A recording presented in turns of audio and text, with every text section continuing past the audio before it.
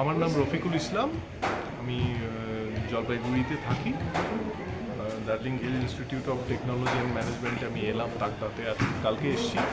মেয়েকে অ্যাডমিশন করিয়েছি এখানে কম্পিউটার সায়েন্স ডিপার্টমেন্টে। তাকে রাখার জন্য এসেছি।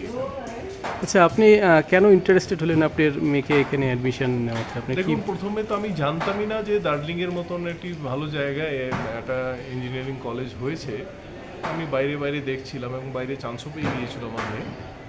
তো কোনো একটি রিলায়েবল সোর্স থেকে আমি জানতে পারি যে এখানে তাকদাতে এত সুন্দর একটি কলেজ হয়েছে, 2025-এ এস্টাবলিশ হয়েছে। আর এখানে সমস্ত ফ্যাসিলিটিসগুলোই অ্যাভেলেবেল আছে।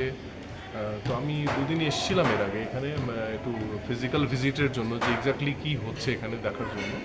তো আমি এসে দেখে আমি খুব স্যাটিসফাইড। এখানকার পরিবেশ তো খুবই ভালো, হ্যাঁ। আর ফ্যাকাল্টি মেম্বার্স নো ডাউট খুব কোঅপারেটিভ, এক্সপিরিয়েন্স ফ্যাকাল্টিরাও রয়েছেন। প্রিন্সিপাল স্যার খুব ফ্যামিলিয়ার